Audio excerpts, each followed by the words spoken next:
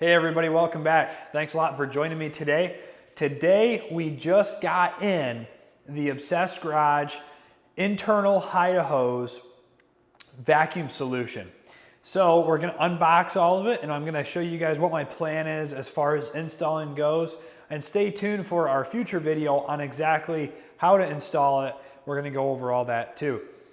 So I did want to show you guys though exactly how it comes. Now first of all, it comes in this box. With everything inside it. We're gonna get this all unpackaged, but it also comes with all of this piping here, which I will show you guys later too, but I just wanted to show you that it comes in these two pieces. So without further ado, let's get this unpackaged and get moving.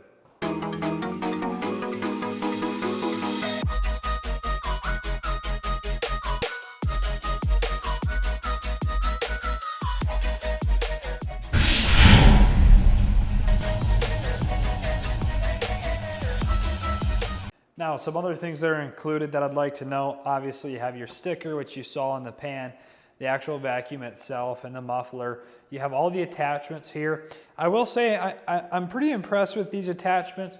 They're not the highest quality, however, they're definitely not cheap.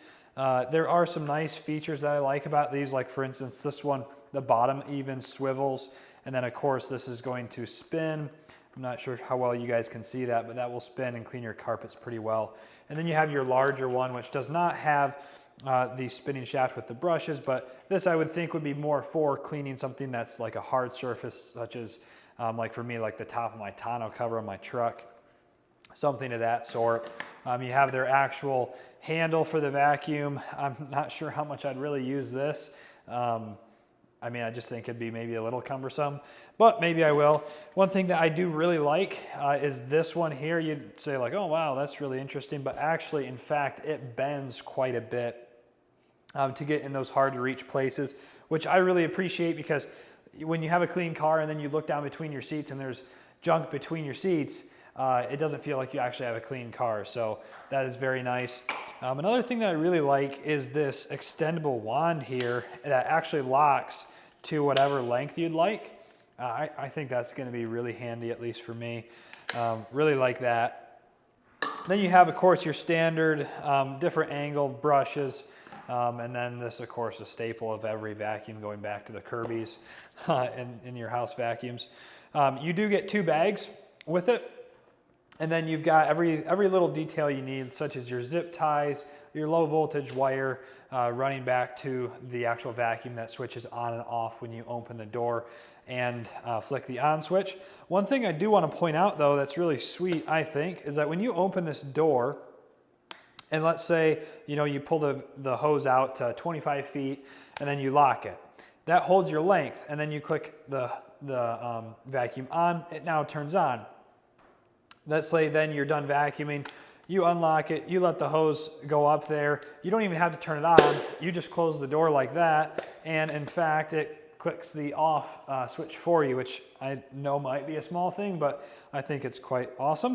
Nice and ergonomic and useful. Then you have over here what this mounts to. This is gonna go behind your drywall. You're not gonna see this.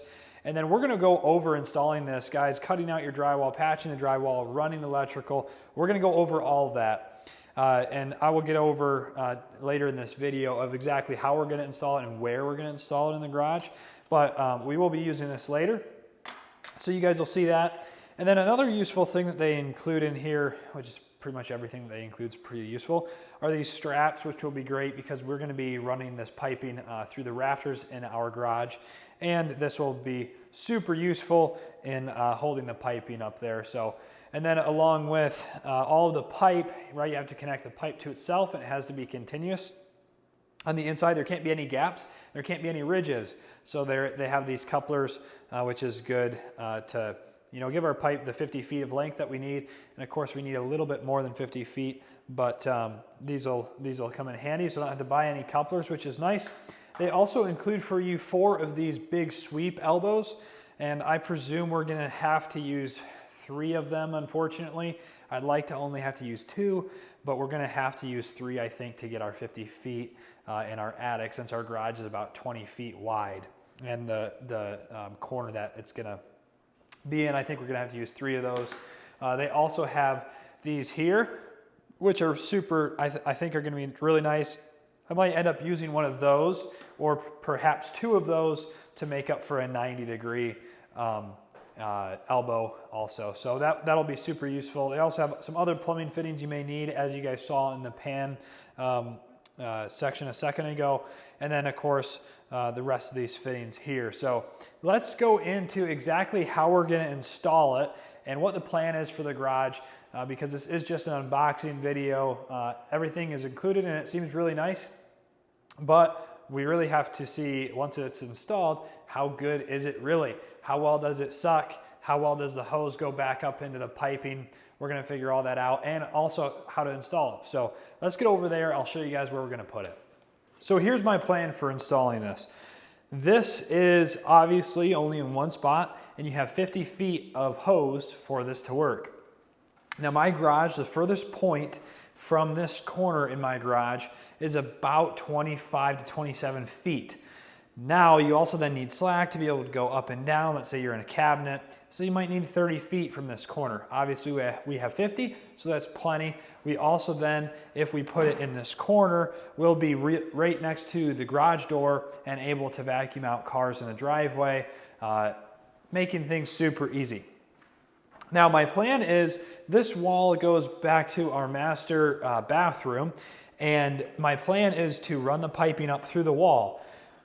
Now, the hard part is getting the pipe through there and cutting the drywall. Now we're probably gonna have to cut a hole up here, and we're definitely gonna have to cut a big hole down here. What we're gonna do is find the studs, figure out where exactly in this rough area we can place this, make sure that then I can get into the attic and I'm not gonna have clearance issues with the roof, because the roof goes this direction right here. And we may not have enough room to come up out of the top of this wall and then have that big elbow because the master bathroom is actually a little bit above where I'm standing.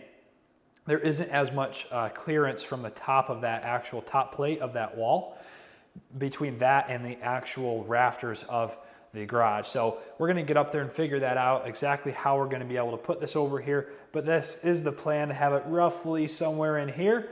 And the reason that is because then everything for detailing and cleaning it is in the same section of our garage, just like this big cabinet has all of our stuff for polishing and detailing and cleaning and washing.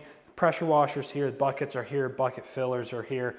Bam, the vacuum will be here. It'll be like one corner and everything will be in this one spot. So it'll be pretty convenient. Then once we get up into the attic, the plan is to run that direction, and then we'll be able to run about 20 feet that way. Then we're gonna have to run over towards the actual access to the attic, and so that we can have the vacuum itself right next to the attic access. That way when I have to change the bag, which should be pretty rarely, seeing how filling one of those bags would be pretty tough. Might be once a year I'll change out the bag. It'll be right next to the attic access, so it'll be super easy to change out or service if I was to have to service it in the future. So the other nice thing though, right next to the attic access is our garage heater, which has power ran to it already. And because it has power ran to it, I can easily run out of that outlet power up to a new outlet in the attic that then I can plug the vacuum into. So it'll be super easy. I will show you guys how to wire and how to steal power. And then for those of you who are concerned, the vacuum has to be on its own separate circuit. The only thing that's currently on that heater circuit is the heater itself and this garage door opener. So very few things on it. The probability of running the garage door, the heater, and the vacuum all at the same time, super, super rare and not very probable. So shouldn't be any concern there. But anyway, that's the plan, guys. I hope you really are excited. I am very excited. We're gonna go through exactly how to install all of this. We're gonna get it done, and then we're gonna do a final review once it's all done and it's usable. So I'm pretty excited about it. I think it's gonna be a really, really sweet setup. So stay tuned for the next video. We're gonna be getting this thing installed, doing a step-by-step process of a lot of different things on how to do all that, like the drywall and all that.